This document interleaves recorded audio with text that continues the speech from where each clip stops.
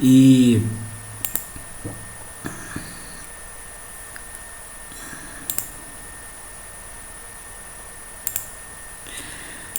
nesse módulo, Matheus, eu queria dar um suporte a muitos dos nossos colegas que eventualmente venham a trabalhar com manutenção de sistemas mecatrônicos. E boa parte dos nossos colegas, pelo menos por um momento, por uma janela de tempo da vida, vai trabalhar com manutenção. Tá? A manutenção em si ela é muito ampla, é uma área muito ampla e ela tem ramos, inclusive, distintos, não só nas disciplinas técnicas, né?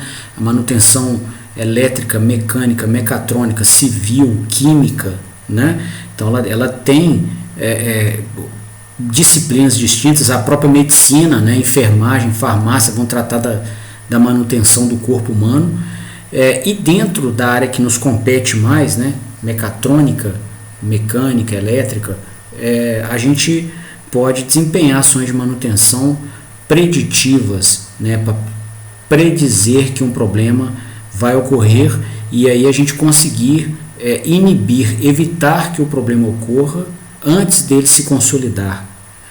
Tem a manutenção corretiva, ou seja, uma vez que o problema já se consolidou, a gente tem que reparar o equipamento, colocar o equipamento em condição de operação novamente e encontrar a causa raiz do problema, né, com a correspondente solução para que o problema não ocorra de novo. Tá? Tem pessoas que abordam a manutenção com uma abordagem de modelos de engenharia, que eu pessoalmente, definitivamente, é a abordagem que eu mais gosto, né, que dá resultados efetivos, porque você conhece do equipamento por dentro e aí você consegue escolher remédios de uma maneira mais rápida e remédios mais efetivos para evitar a volta do problema de manutenção. E tem gente que trabalha com manutenção baseada em modelos estatísticos, né, tomar diversas amostras de equipamentos que falharam e aí compor uma base estatística para poder concluir, né, sobre o estado de saúde do equipamento e o que fazer para que ele não falhe mais, certo? Então, assim, você tem essas frentes distintas, né? Obviamente elas podem conversar, né? Ou seja, em um cenário complexo, igual vários dos equipamentos mecatrônicos de ambientes industriais, quanto mais informação a gente agregar, quanto mais ajuda, melhor. Tá? Eu vou aqui apresentar algumas técnicas de manutenção baseadas em modelo, igual eu falei, para falhas típicas que a gente observa em soluções de conversão eletromecânica de energia ou em soluções mecatrônicas.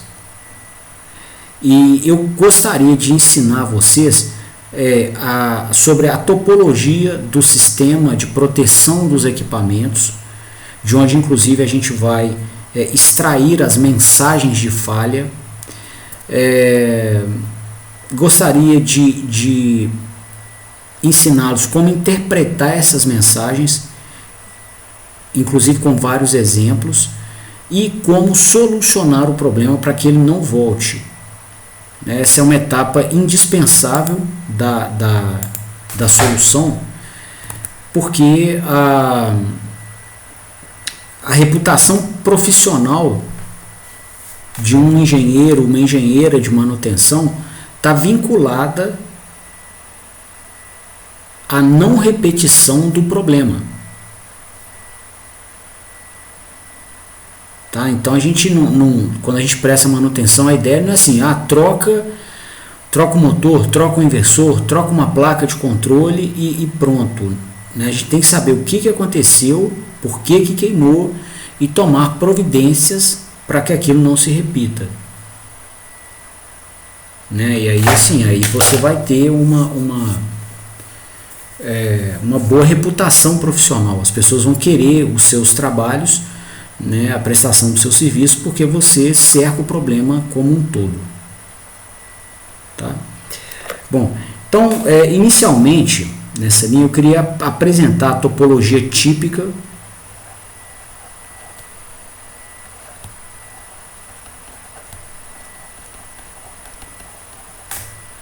tá, de um sistema de proteção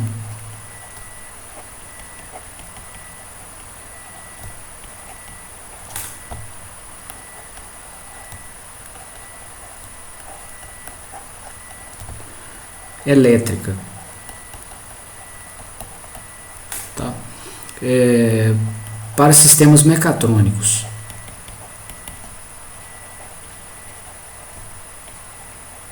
Então, geralmente, as proteções do nosso sistema vão ser instaladas do lado elétrico do sistema mecatrônico. Por quê? É mais fácil e mais barato medir os sinais do lado elétrico, e como nós temos conhecimento dos modelos mecatrônicos, nós temos como inferir sobre o que está acontecendo do lado mecânico a partir do que a gente consegue medir do lado elétrico. Foi a mesma estratégia que a gente abordou para a construção do controlador de torque eletromagnético. A gente precisava controlar torque, só que não era barato e nem fácil instalar sensores de torque. Então nós propusemos chegar à medição de torque por um caminho indireto, que foi através da corrente de armadura, né? Que aí nós poderíamos usar da conveniência de um sensor, que é o sensor de corrente, mais barato e mais fácil de instalar do que o sensor de torque. Tá? Então vale a mesma ideia para proteção de sistemas mecatrônicos. A topologia típica, ela vai ter essa estrutura aqui. Ó. Nós vamos ter a alimentação, né, com as 3 fases da rede.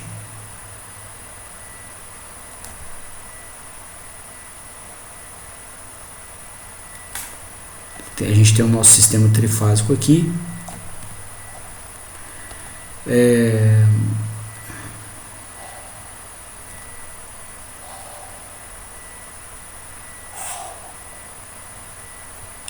E nós vamos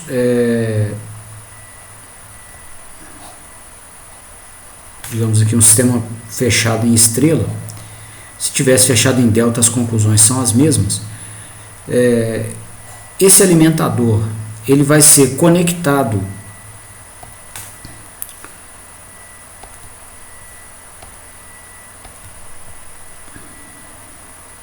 à nossa máquina elétrica e a todo o conjunto mecatrônico por uma seccionadora.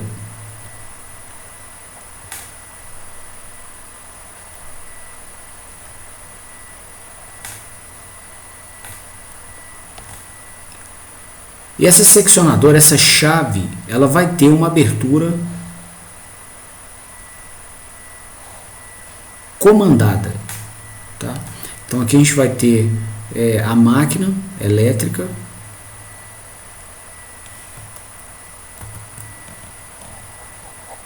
Vamos dizer que ela esteja fechada aqui em estrela.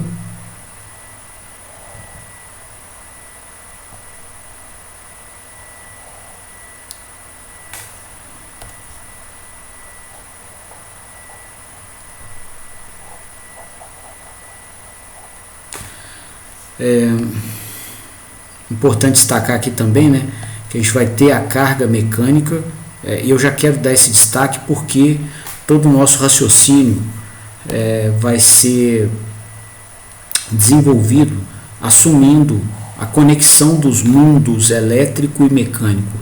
Tá? Então aqui a gente vai ter todo o conjunto mecânico, né, com seu torque de carga. E nós vamos medir os sinais de corrente e tensão elétrica em cada uma das fases. Tá? Então vamos colocar aqui sensores de corrente, seja TCs, né, transformadores de corrente, ou seja, sondas Hall, né, para que a gente tenha a amostra das correntes nas 3 fases. Né? Lembrando dos nossos modelos mecatrônicos, as correntes são muito sensíveis ao torque de carga.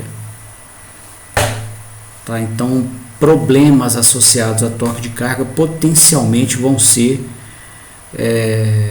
disponibilizados aqui nas medições de corrente.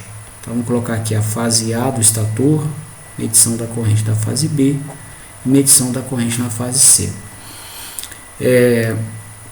Nós vamos também tomar medidas das tensões nas 3 fases do estator.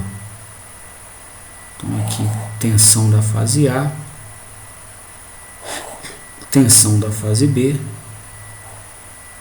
tensão da fase C.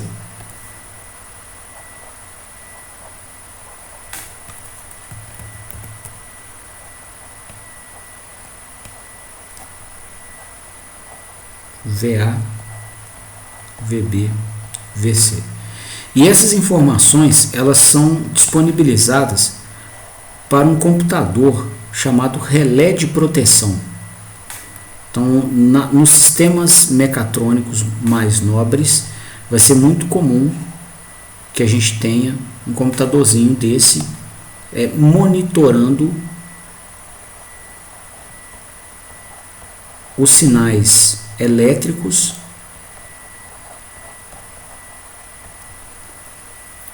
da máquina e, de acordo com um software que conheça, né, a relação entre esses fenômenos elétricos e possíveis problemas mecânicos, o relé decide fazer a proteção da máquina, desconectando ela da rede. Tá? Então essa é a topologia básica de um sistema de proteção elétrica para plantas mecatrônicas. Né? Existem variantes dessa topologia, mas elas seguem, né, apesar dos equipamentos poderem mudar um pouquinho. Às vezes você não tem um relé de proteção, mas você tem um sistema de proteção mecânico, puramente mecânico, ou eletromecânico, né? Igual um disjuntor implementado com 2 placas de metal diferentes, né? Elas se aquecem e elas se dilatam de maneira diferente. Quando a corrente fica alta demais, a gente consegue perceber uma interrupção do circuito, igual o disjuntor bimetálico, tá? Então ele não usa dessa topologia que nós estamos desenhando, mas segue o mesmo princípio que nós vamos abordar na aula, tá? E o que vai acontecer, pessoal? Após um eventual desarme, então na hora que o computador de processo, né, tem aqui um microcontrolador embarcado, na hora que ele percebe no seu software que existe uma condição perigosa para a máquina, ele vai comandar a abertura dessas chaves aqui, ó.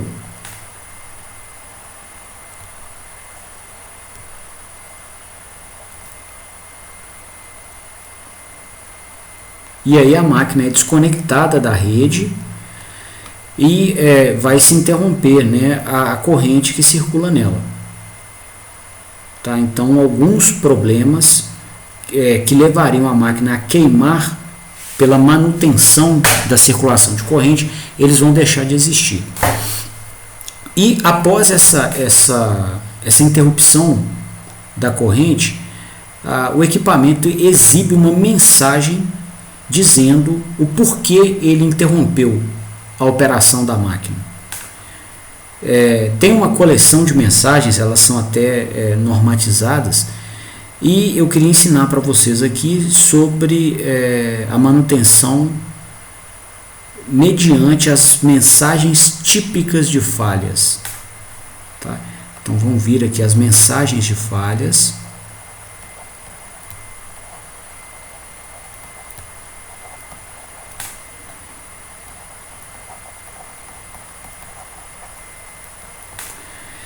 E nessas mensagens a gente vai ter alguma coisa tipo assim, ó, sobrecarga. Essa é a mensagem mais comum que a gente vai ver. Sobrecorrente.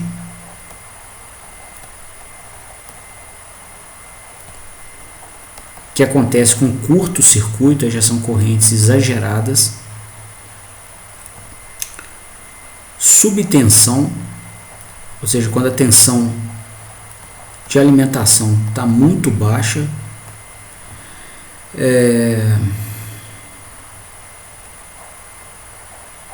Desequilíbrio.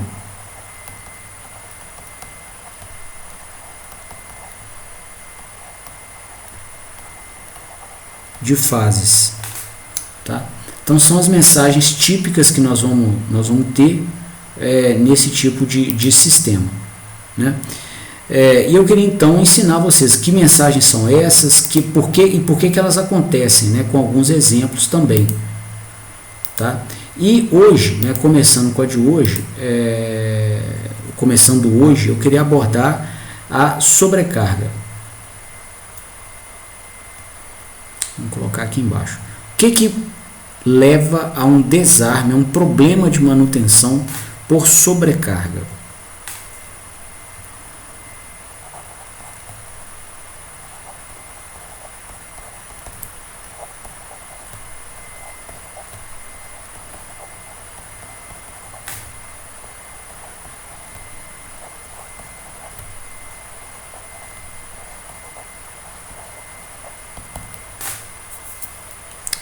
Então, a sobrecarga, pessoal, caracteriza carga excessiva.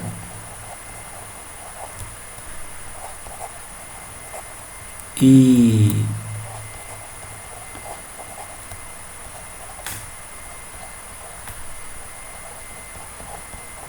a gente vai ter torque de carga excessivo no eixo. Né? E por que o motor, o sistema mecatrônico demanda uma proteção quando há carga excessiva no eixo? Porque a carga tem muita afinidade com as correntes.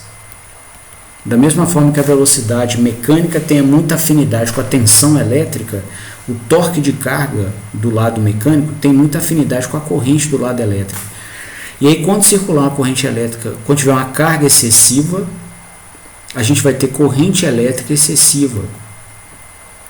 E com corrente elétrica excessiva, igual a gente viu no nosso modelinho térmico, a gente vai ter potência térmica excessiva produzida na resistência de estator aqui das bobinas. Né? Com potência térmica excessiva, o que vai acontecer? Parte dessa potência vai para o ambiente, mas parte dela fica no interior da própria máquina, né, promovendo um aumento ou uma variação da sua energia interna. A energia interna aqui no caso seria a temperatura, né, está associada à temperatura. Então vai ter uma temperatura muito alta e ela então vai queimar. Então, quando a gente tiver carga mecânica, olha o encadeamento dos mundos, né? No mundo mecânico, a gente vai ter carga excessiva, ela vai levar a uma corrente elétrica excessiva no mundo elétrico, que vai levar a uma potência térmica excessiva, aqui já no mundo térmico. Tá? Então, existe todo um encadeamento aqui desses sinais nos diversos mundos, que a gente precisa entender, né, para que a gente consiga, a partir da consequência, chegar aqui na causa.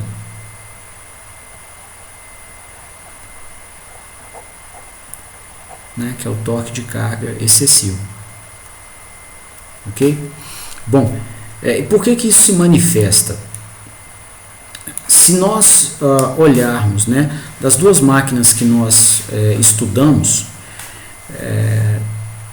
as conclusões valem para as outras também, né? A máquina de corrente contínua, ela tem esse modelo aqui, né, no circuito de armadura.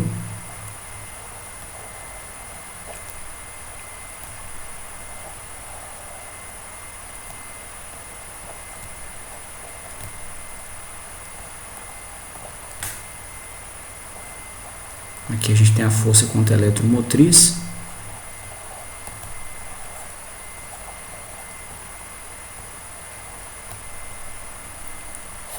E aqui o torque eletromagnético que ela sintetiza, que é proporcional à corrente de armadura, né?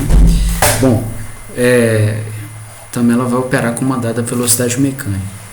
E aqui, pessoal, o que vai acontecer? Quando nós fizermos, né, a imposição de um torque de carga excessivo aqui no eixo, está com a carga mecânica exagerada, muitos newton-metros de carga no eixo.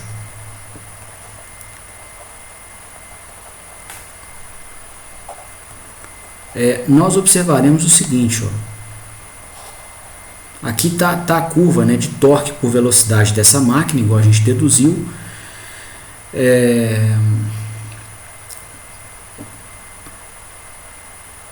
Vamos dizer que a gente tem um determinado torque de carga com essa característica aqui, ó, né? Então o ponto de operação vai ser esse, ó.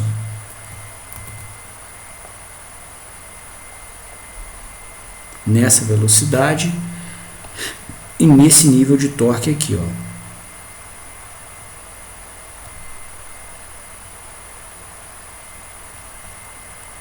Tá?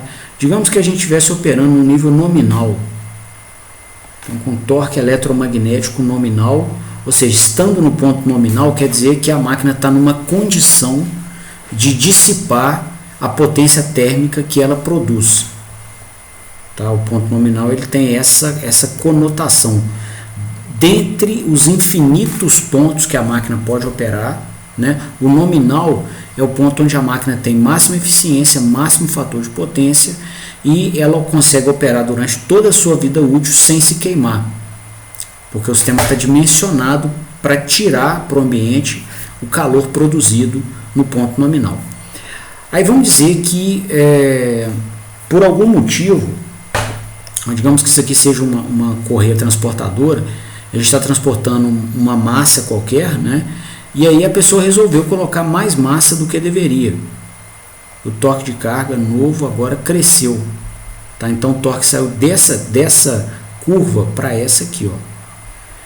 Então quando o torque de carga cresce, por segunda lei de Newton, o sistema vai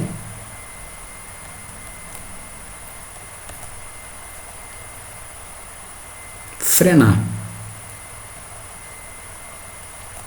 né?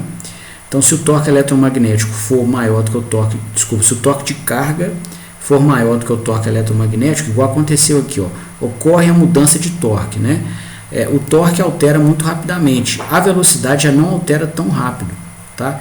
Então aqui, ó, essa curva de torque aqui, ela tá até exagerada. Deixa eu reduzir ela um pouquinho.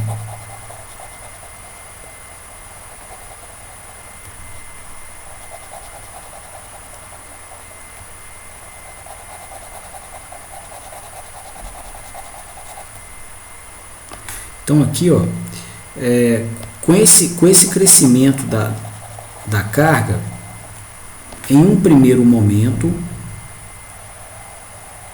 aqui, ó, nós não observaremos uma variação brusca da velocidade, tá? Então a carga cresceu aqui, ó, então a velocidade fica quase que constante, e o torque, que é um sinal de dinâmica rápida, vai variar muito bruscamente, né? Então a carga vai estar com esse patamar de torque, enquanto a máquina, né, vai estar com esse nível de torque ainda, num primeiro momento. Aí o que vai acontecer? Nós vamos ter então o torque de carga maior do que o torque eletromagnético. Tá? O torque eletromagnético continua sendo regido pelos pontos dessa curva aqui em preto. Ó. Tá? Então o torque de carga veio para cá, o torque eletromagnético continua no ponto que ele estava antes. Então o balanço entre torques no eixo vai indicar um torque de aceleração negativo, né? A máquina vai frenar, né? Frenar significa o quê? Operar em pontos com velocidades cada vez menores. Então nessa velocidade, ó, ainda o torque eletromagnético está menor que o de carga, então ele vai frenar mais, vem para outra velocidade, que o torque eletromagnético ainda está menor que o de carga, e assim ele vem para o outro, o torque eletromagnético continua menor que o de carga, até aqui, ó. Aqui o torque eletromagnético está igual ao da carga. Então eles voltam, né, a operar com o mesmo patamar de torque. Então a diferença entre eles dá zero e a máquina para de acelerar. Parar de acelerar significa o quê? Operar com velocidade constante. Né? Então ela vai ficar nesse ponto com velocidade constante e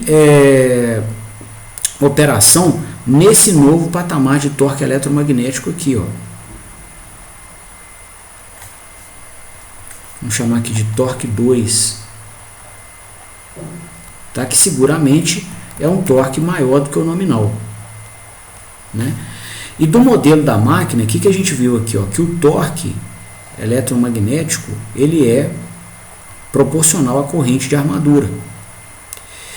Então nesse ponto aqui, ó, né, nesses pontos, se a máquina operava com torque nominal e tinha ela teria, né, nos seus terminais a corrente nominal.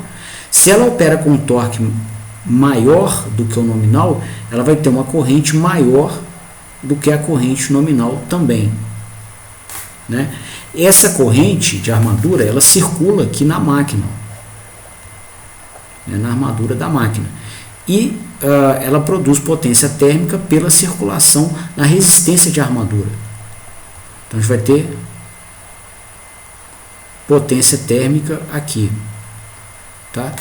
E essa potência térmica ela vai ser igual à resistência de armadura vezes o quadrado da corrente de armadura, RI ao quadrado, tá? Então se a gente está com a corrente elevada, a potência térmica também vai ser elevada, e aí a gente vai depois de um certo tempo queimar a máquina, ok? Então, observando o encadeamento de eventos, né, a gente começou aqui com o aumento da massa embarcada numa correia transportadora, né, fazendo com que o torque de carga deixasse de ter esse perfil para ter esse aqui, ó. Tá? Esse aqui está mais o perfil de uma bomba, né? Está quadrático. Então, digamos que a gente tem uma bomba, estava com uma certa pressão e vazão, a gente estrangulou uma válvula e ela começou a operar com um torque mais alto, né? E aí no final das contas a gente está com a potência térmica também mais alta, né? Então aqui seria um cenário de sobrecarga, né? O sistema iria demandar alguma interrupção da sua operação para que ele não queimasse por sobrecarga, ok? O mesmo raciocínio é válido com a máquina de indução trifásica, né? No caso da máquina de indução, a curva torque-velocidade tem esse perfil aqui, ó.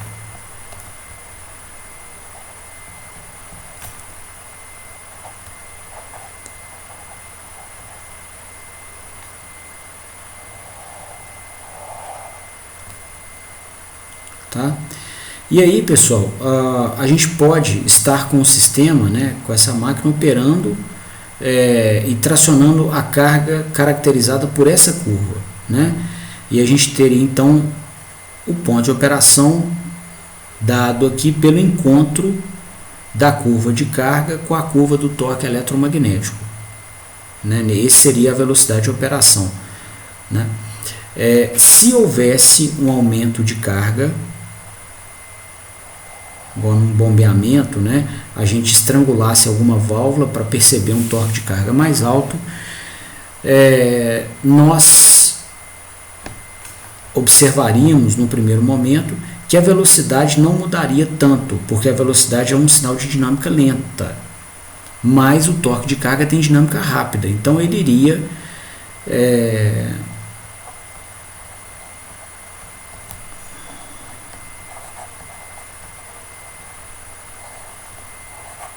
a gente observaria no primeiro momento o torque de carga crescendo bruscamente, né? E caracterizado por esse patamar, enquanto o torque eletromagnético basicamente não mudou, porque a própria velocidade não mudou no primeiro momento, tá? Então, com o torque de carga maior do que o eletromagnético, você tem o torque de aceleração nulo, consequentemente o torque de aceleração negativo, consequentemente aceleração negativa, ou seja, o sistema vai frenar, né? Então ele passa a operar com essa velocidade, com essa, até empatar de novo o torque eletromagnético com a carga, com o torque de carga. Só que no momento que ele empatar, ó, ele vai estar nesse patamar aqui, ó, que é maior do que esse, tá? Se o patamar inicial de operação era no ponto nominal,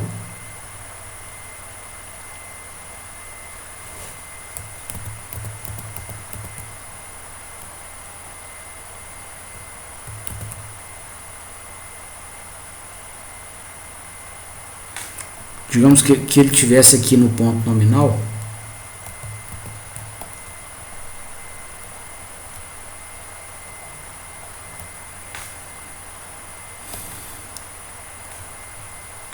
ele, após a subida da carga, a máquina elétrica acompanharia ou rejeitaria, né, o aumento de carga. A gente até mencionou dessas propriedades nos nossos estudos anteriores. Isso se chama rejeição de carga. Então, sem você fazer nada, né, muitas vezes a máquina está com partida direta na rede, sem você fazer nada, né, quando você aumentar o torque de carga, naturalmente ela aumenta o torque eletromagnético. Então a máquina tem propriedade de rejeição de carga. E nisso, né, ela promove a rejeição de carga, só que isso vai ser acompanhado com o aumento da corrente, né? A gente viu nos modelos da máquina de indução, o pessoal que já fez máquinas, que o torque eletromagnético ele é proporcional, ele tem afinidade com a corrente elétrica de estator. Então, quando a gente cresce o torque eletromagnético, a gente vai crescer também a corrente de estator da máquina, tá? E essa corrente de estator, no caso da máquina de indução, né, existe também um circuitinho equivalente para ela, que a gente deduz no curso de máquinas, que é esse aqui, ó.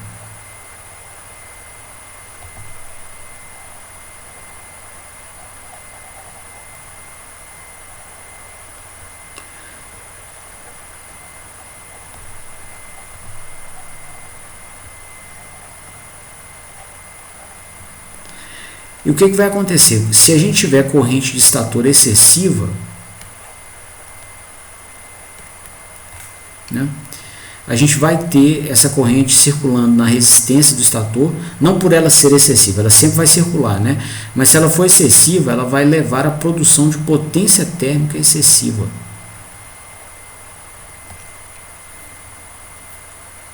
Né? RI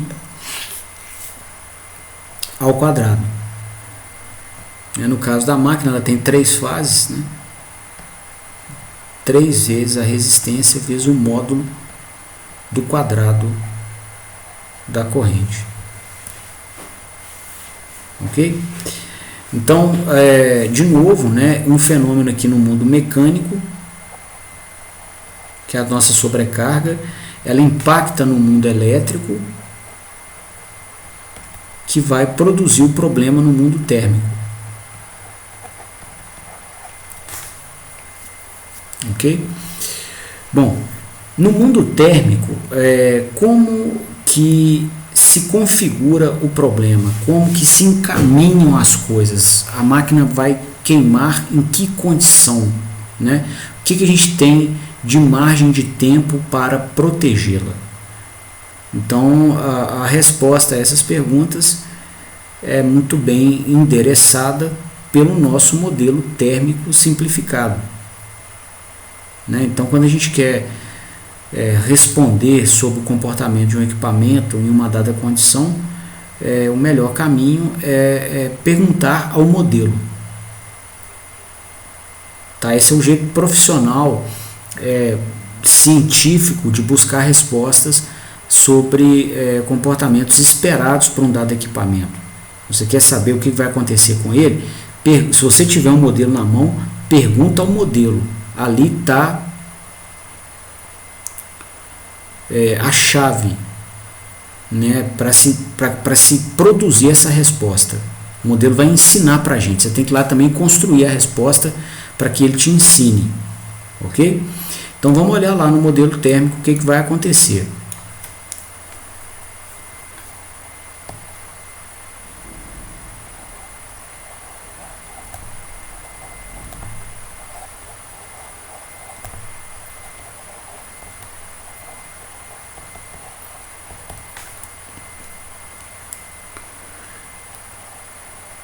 Então, o nosso modelo térmico, ele foi desenhado como um circuito com essa topologia aqui, ó.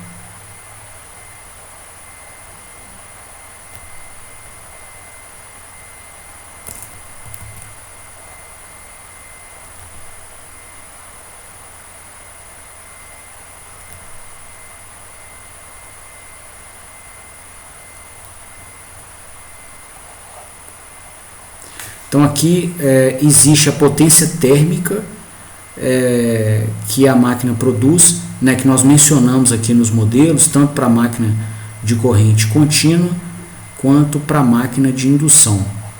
Tá? Então essa potência térmica, vou só um minutinho, parece que a mesinha travou aqui.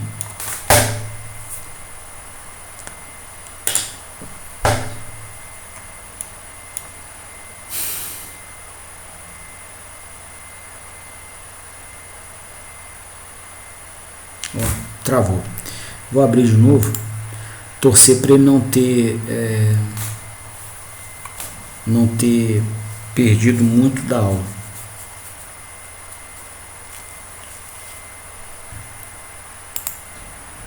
Não, peraí, eu tenho que pedir o backup.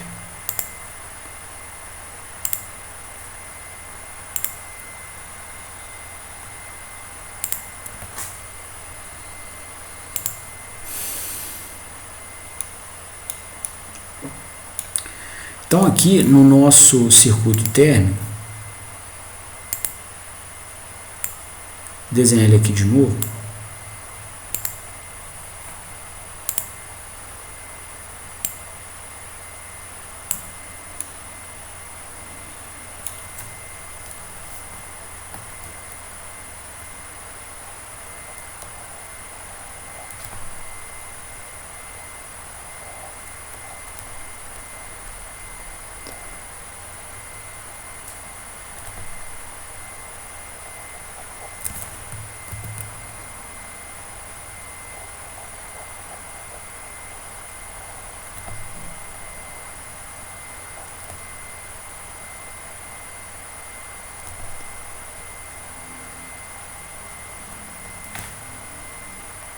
A gente vai ter aqui o ambiente, né, e temperaturas nesse circuito térmico fazem às vezes de tensão no circuito elétrico. Nós vamos ter aqui a resistência térmica da máquina, né, que fala aqui quantos watts de potência precisam fluir entre dois pontos para se aferir uma diferença de temperatura, ou qual a diferença de temperatura entre dois pontos para conseguir fazer fluir entre eles 1 watt de potência térmica. Aqui a capacidade térmica do corpo e a potência térmica que o equipamento está produzindo, né? A temperatura no interior da máquina é monitorada nesse ponto aqui, ó.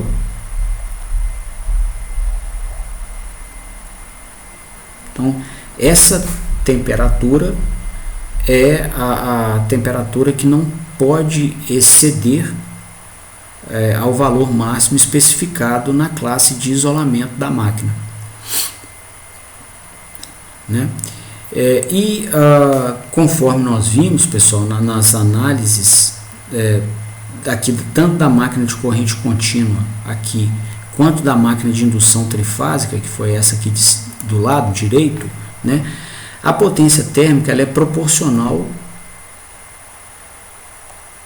ao quadrado da corrente, por exemplo, a corrente de estator, no caso de uma máquina elétrica, que por sua vez é proporcional ao quadrado do torque de carga.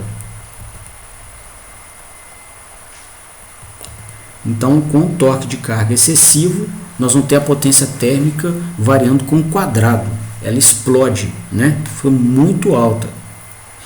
E o que vai acontecer? Em regime permanente, né?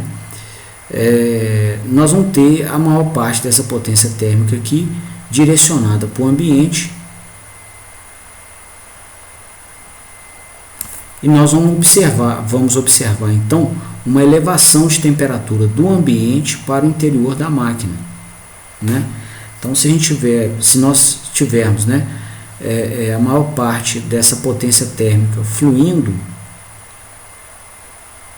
aqui para o ambiente, a elevação de temperatura vai ser o produto corrente vezes resistência, né? A corrente, quem faz às vezes da corrente a potência térmica, e quem faz às vezes da resistência a resistência térmica, né?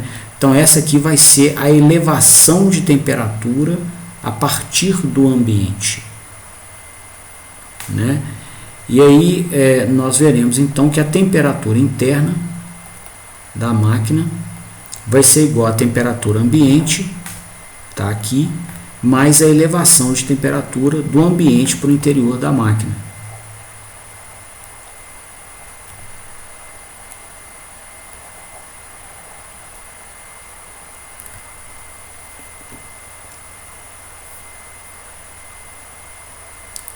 Tá? Bom, se a gente tiver, vamos agora entender o encadeamento dos fenômenos. Então, se a gente tiver carga excessiva, nós vamos ter corrente excessiva, com corrente excessiva, potência térmica excessiva, com potência térmica excessiva, uma elevação de temperatura muito grande. Com essa elevação de temperatura muito grande, a temperatura interna da máquina vai ser muito alta. Tá? Então, esse fenômeno, né, que é o fenômeno de sobrecarga, ele vai fazer com que essa temperatura cresça, e conforme os nossos estudos do módulo anterior,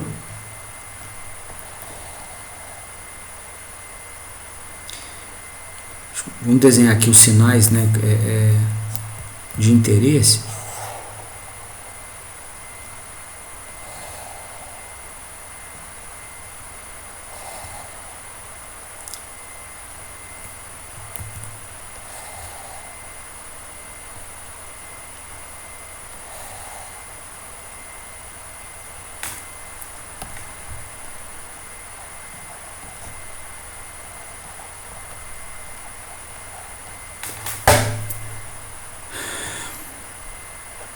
E aí nós vamos observar o seguinte, pessoal.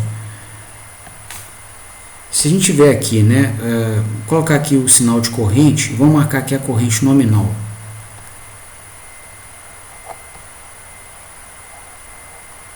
Então, correntes maiores que a nominal colocam a máquina em condição de potência térmica excessiva. Tá? Vamos marcar aqui também o torque de carga. Vou marcar nessa curva aqui o torque de carga nominal.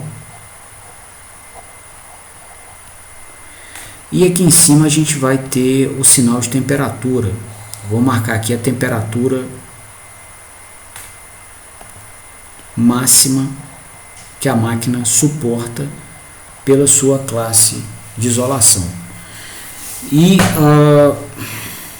o que a gente vai observar, né, em eventos de sobrecarga? São os que nós estamos estudando. corrente, torque de carga, temperatura interna, todas em função do tempo. Então, se a gente estiver operando, né, com uma corrente menor do que a nominal, consequentemente um torque de carga aqui menor do que o nominal, a nossa temperatura, né, se a máquina já está operando há muito tempo, está em regime permanente, ela vai estar menor do que a máxima suportada aqui pelo verniz isolante, né? Vamos dizer que o cliente da aplicação colocou uma carga excessiva no eixo, por algum motivo maior do que o torque eletromagnético nominal, né? Se a gente tiver uma carga excessiva no eixo aqui, ó,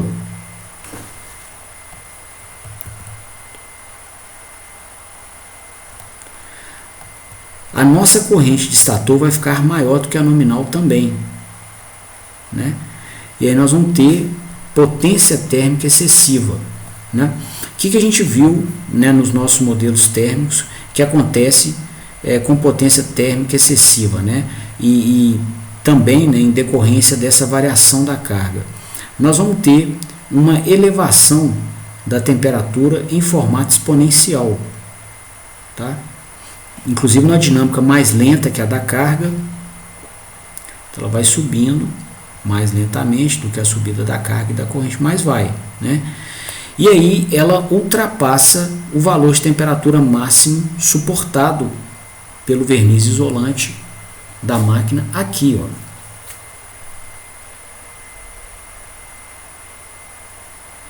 Né? E quando ela ultrapassa esse valor, a gente começa a acelerar o envelhecimento do verniz isolante. Vão dar os problemas que nós mencionamos no módulo do modelo térmico, né? O verniz se deteriora, ele para de isolar, a gente vai bater curto entre pontos da máquina, né? Existe aqui um número, né, chamado constante meia-vida, que mostra que a vida útil da máquina cai pela metade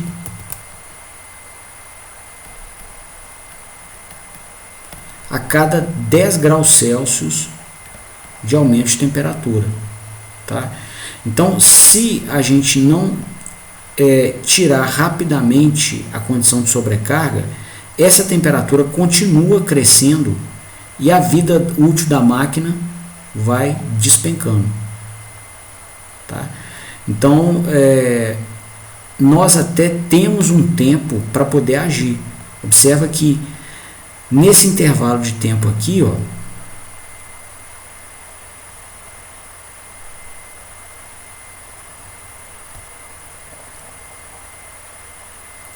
do início da sobrecarga até a gente exceder a temperatura máxima suportada pelo verniz, a gente poderia agir, né? Não tem problema. Ou seja, a máquina até suporta sobrecarga, só que por tempo limitado, né? Então, se aqui a gente chegasse e tirasse a carga excessiva, né, colocasse um torque de carga bem mais baixo, a potência térmica também reduziria, né? Com a redução da potência térmica, aqui, ó, a elevação de temperatura da máquina também seria reduzida nesse ponto, tá? E aí a gente observaria uma queda na temperatura até um novo patamar em regime permanente, tá? Então, sim, né, nós temos condição de trazer a máquina para uma condição de operação mais favorável à vida útil do verniz isolante, desde que a gente remova a sobrecarga em um tempo limitado.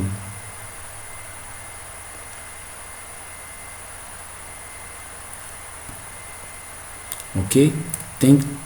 A providência tem que ser tomada numa janela de tempo limitada. Tá? Bom, e caso não seja, né, caso a gente não tome uma providência no tempo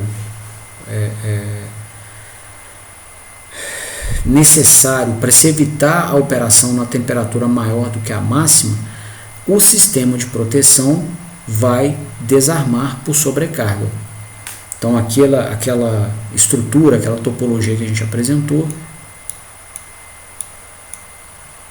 aqui, ó, ela vai, o relé de proteção, ele vai comandar a abertura das chaves, né, de conexão da máquina com a rede, e a gente vai ter então um desarme por sobrecarga, uma mensagem aqui de sobrecarga, tá? E mediante essa mensagem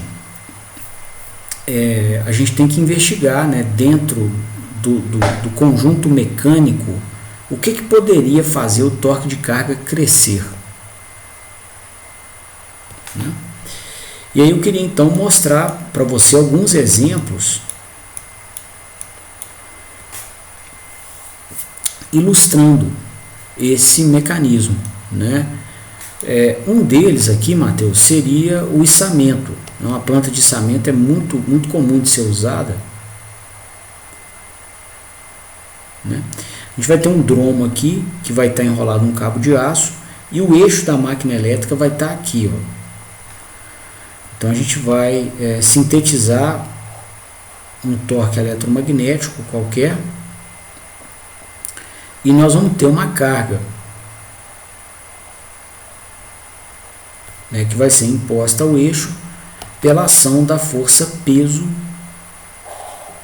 do planeta imposta sobre a carga e pelo braço de alavanca, né, entre o ponto de aplicação dessa força ali no dromo e o eixo, né, que é esse raio aqui, ó.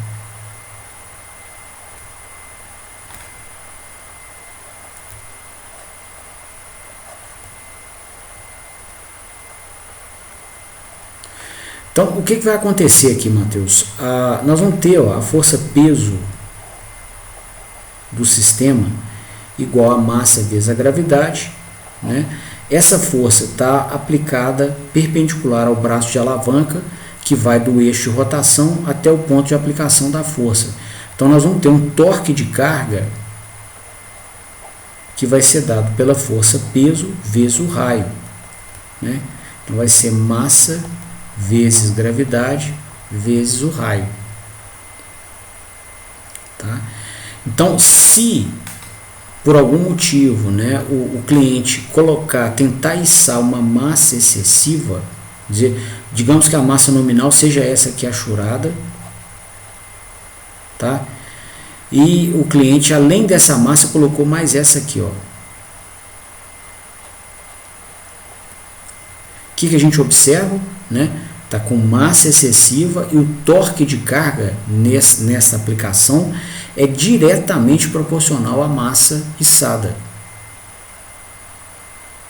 Então nós vamos ter sobrecarga. Todo o mecanismo que a gente explicou aqui para cima vai ser desenvolvido, né? E se a proteção estiver bem parametrizada, ela vai desarmar a máquina antes dela queimar, né? E vai desarmar por sobrecarga, tá? Esse efeito ele vale também, né, para outros sistemas que transladam carga contra o campo gravitacional, né? Aqui a gente colocou um exemplo com o equipamento, né, com a translação bem vertical, mas você observaria o mesmo problema se a gente estivesse transladando carga assim na diagonal, né? Seria o caso de correias transportadoras.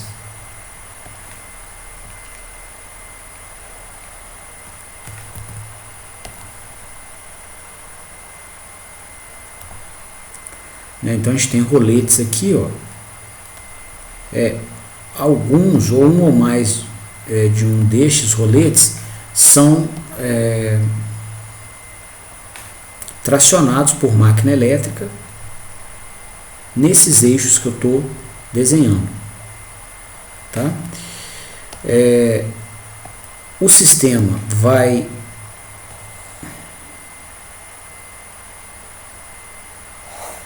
ter um determinado ângulo de inclinação aqui, θ, e a gente vai içar uma massa qualquer aqui, né, com a correia. Tá? Então essa massa, né, para ela ser içada, né, ela demanda uma força que vale P seno θ. Então, digamos que a gente tem a tração só nesse rolete aqui. Para essa massa içar, né, ela tem que receber uma força P seno θ. Logo, né, por ação e reação, ela vai impor no rolete aqui a mesma força, só que em sentido contrário, né? Se a gente multiplicar essa P seno θ pelo raio, a gente tem um torque de carga.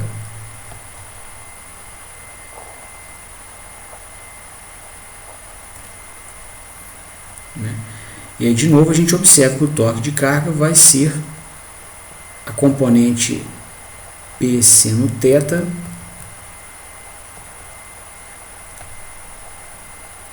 vezes o raio do rolete.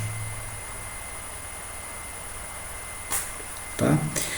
Né? O peso é o peso da massa içada.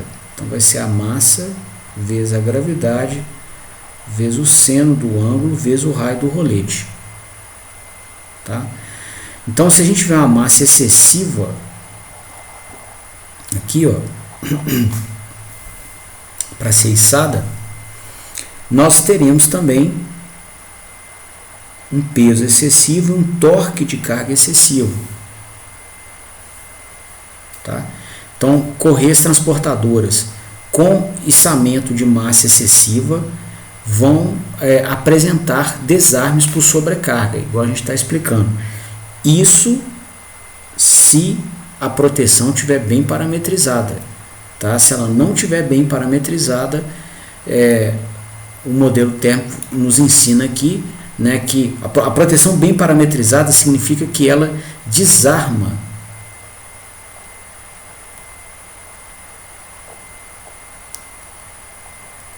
antes, né, da máquina exceder a sua temperatura máxima suportada ali pelo verniz isolante, tá, ou dada pela classe de isolamento.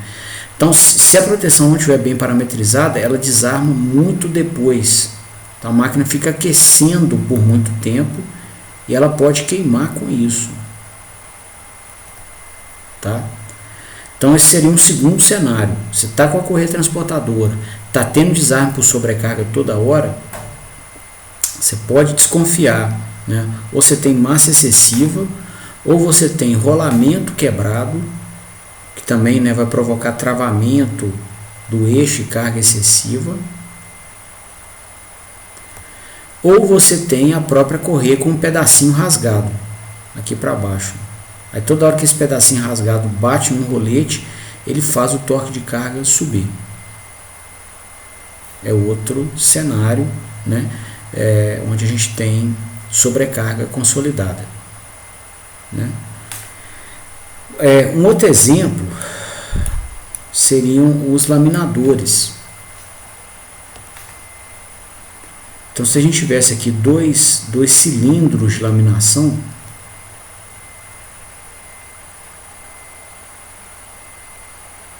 né, o nosso sistema mecatrônico vai desenvolver torque com relação a esse eixo. Você pode ter esse torque implementado em um cilindro ou nos dois. Tá? E aí, o material a ser laminado, né, ele vai ser inserido aqui no conjunto. E o objetivo do laminador é reduzir a área de seção transversal desse material, né? Ele é trazido para cá com mesa de rolos.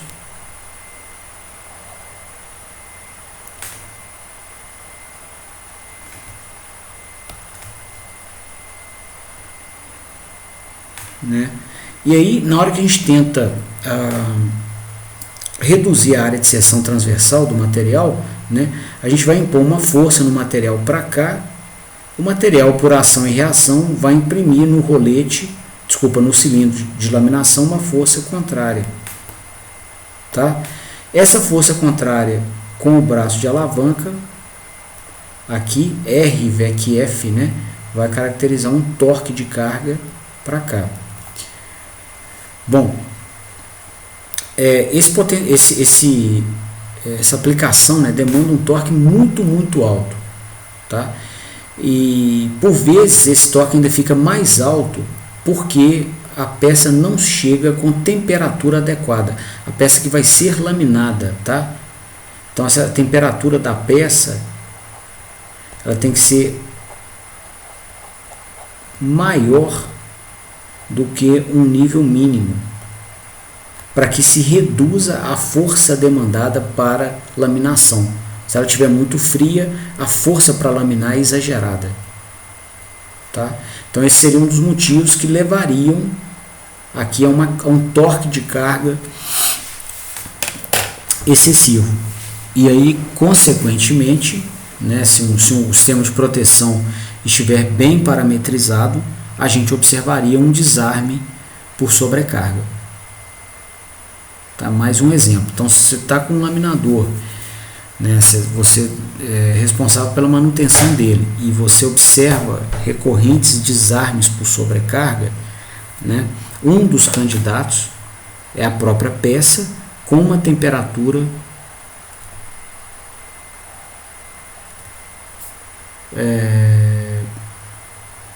baixa. Tá? Se a temperatura for baixa, ela fica muito mais dura para ser laminada. Ok? Aqui para trás tem um sistema metalúrgico que chama forno de reaquecimento, que aquece a peça para que não ocorra esse problema, né? Então, a temperatura dela tem que ficar alta, né, para ela ficar mais macia para a laminação. Tá? Um outro cenário aqui, Matheus, seria o cenário de transporte por vagõezinhos. Tá? Tem algumas aplicações que têm trilhos e por esses trilhos circulam vagõezinhos, tá? Tipo resfriamento de sinter, vagãozinho entre aciarias e laminações.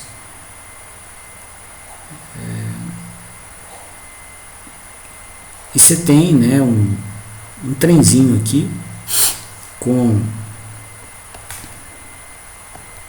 rodas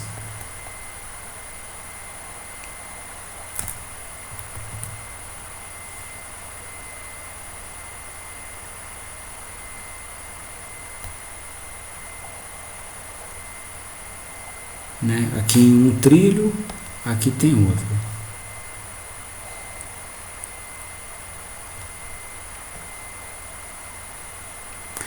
E aí, com a recorrente operação, né, e o ciclo térmico, o trilho pode empenar aqui, ó. E aí, na hora que o trilho empena, né, toda vez que o carrinho passar por esse ponto empenado, né, a gente vai observar um torque de carga muito alto, né, porque isso vai tender a travar o movimento do veículo, que está o torque eletromagnético com a sua velocidade mecânica. A gente vai travar o movimento do veículo e, com isso, o torque de carga vai subir bastante. Tá?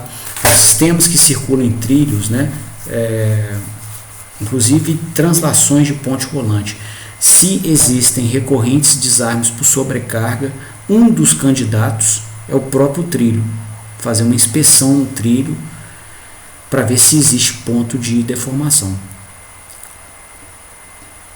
Ok? Deixa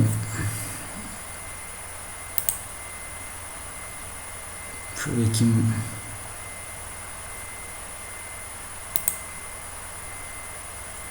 Um outro cenário, Matheus, que eu queria expor também é o cenário de injetoras de plástico, né?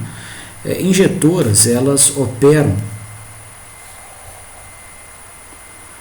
através de uma camisa, tá? Você tem aqui, deixa eu fazer de outra cor, tem um cilindro metálico, tipo uma camisa, tá? Oca por dentro, e aqui a gente vai ter um fuso,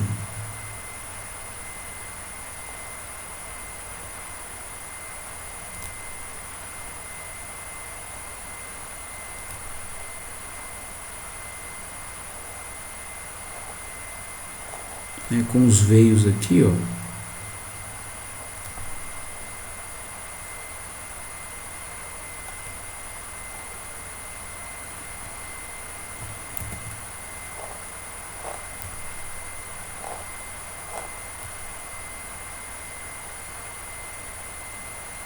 Né?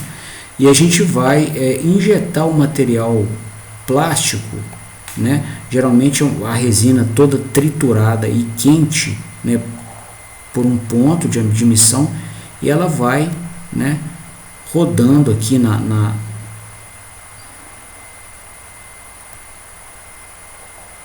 no sistema até ser comprimida contra algum molde, tá? Então no final aqui você pode ter, por exemplo, o corpo, né, aquela capa plástica de um retrovisor de carro, tá? A beiradinha dela aqui só, e aí a injetora, né, colocando o plástico, pressionando o plástico contra essa capinha para formar aquela capa de um retrovisor, tá? E aí com o molde que você tem, você faz a peça que você quiser nesse processo. Bom, o sistema desenvolve torque eletromagnético, né, com a planta mecatrônica que vem aqui, né, a conexão da máquina elétrica rotativa para cá, ó, máquina elétrica rotativa, né, vai desenvolver torque nesse eixo, né, a gente vai ter uma dada velocidade mecânica e a gente vai perceber o efeito da carga aqui em sentido contrário, né? Bom, um cenário comum de desarme aqui, né, é dado pela injeção de material fora das especificações nominais, né, material frio ou a granulometria muito alta, ou quando, né, às vezes para cumprir um plano de produção, o operador, né, quer produzir muitas peças por hora, ele aumenta muito a velocidade mecânica, né? E nesse caso aqui, como é um sistema viscoso, você vai aumentar a velocidade mecânica para empurrar, né, o triturado de resina contra o molde. O torque de carga vai explodir, vai variar com o quadrado da velocidade, né? A máquina elétrica vai tentar rejeitar isso, vai subir o seu torque eletromagnético, vai subir a corrente, vai subir a potência térmica do motor que alimenta essa solução, tá? Então é um outro cenário. Se tiver desarme por sobrecarga nesse tipo de contexto, tem que cair a velocidade de operação, tá? Não adianta, né, querer para ontem todo o volume de material plástico, porque a máquina não consegue suprir esse volume, ok? Ô Matheus, então o meu recado hoje era esse, né? Eu queria apresentar modelos assim, para a gente abrir a cabeça, né, e fazer a ponte da teoria com a prática, tá? Esse desarme por sobrecarga é muito comum, tá? Tem direto.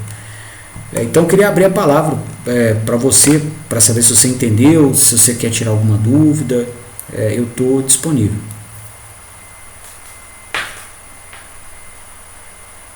Tem muita aplicação.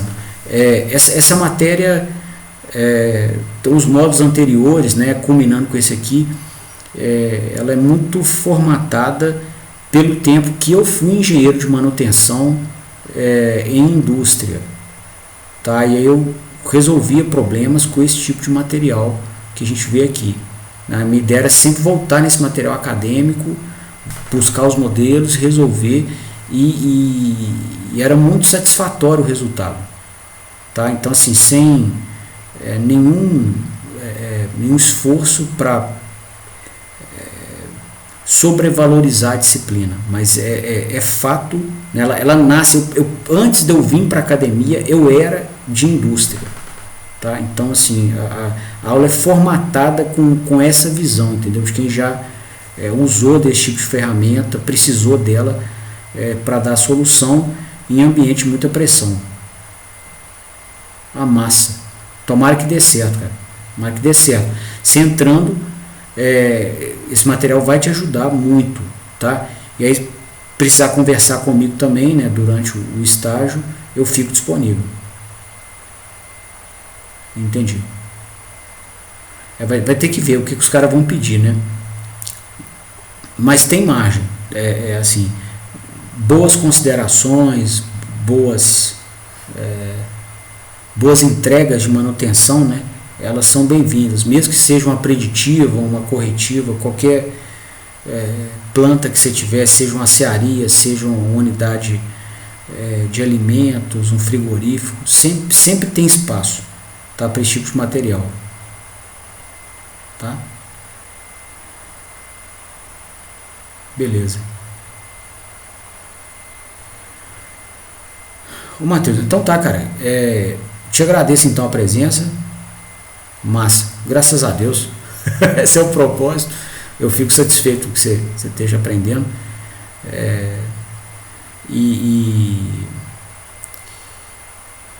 Faço votos também que seja bem proveitoso aí o tempo gasto conosco, né, na sua vida profissional. E aí eu queria te agradecer a presença, tá? Te desejar uma boa noite. E a gente se vê então amanhã. Tem aula às 20 horas. Aí a gente vai continuar esse assunto. Beleza, obrigado aí. Boa noite para você. Até mais.